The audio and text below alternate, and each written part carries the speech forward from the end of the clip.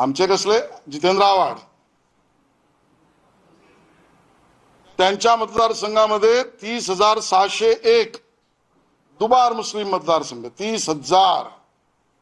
माळशिरस उत्तम जानकर आमदार, दुबार मुस्लिम मतदार 4,399. घनसावंगी राजेश टोपे निवडून आले 2,309 मतांनी, मी चुकत नसेल तर. सॉरी, शिवसेना निवडून आली 2,309 मतांनी, शिवसेना निवडून आली.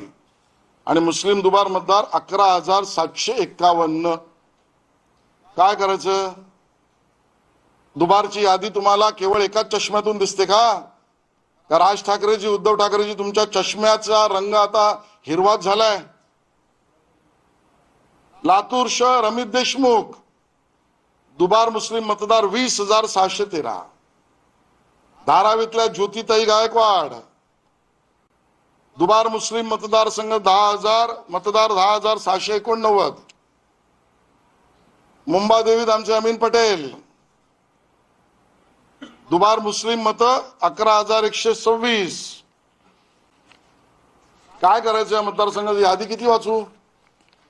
मालाड पश्चिम असलम शेख निवडून आले 6,227 मतांनी, 17,007 दुबार मुस्लिम मते. अरे वोट चोरी. खरं तर मला हे नाती संबंधी कधी आणावीशी वाटत नाही.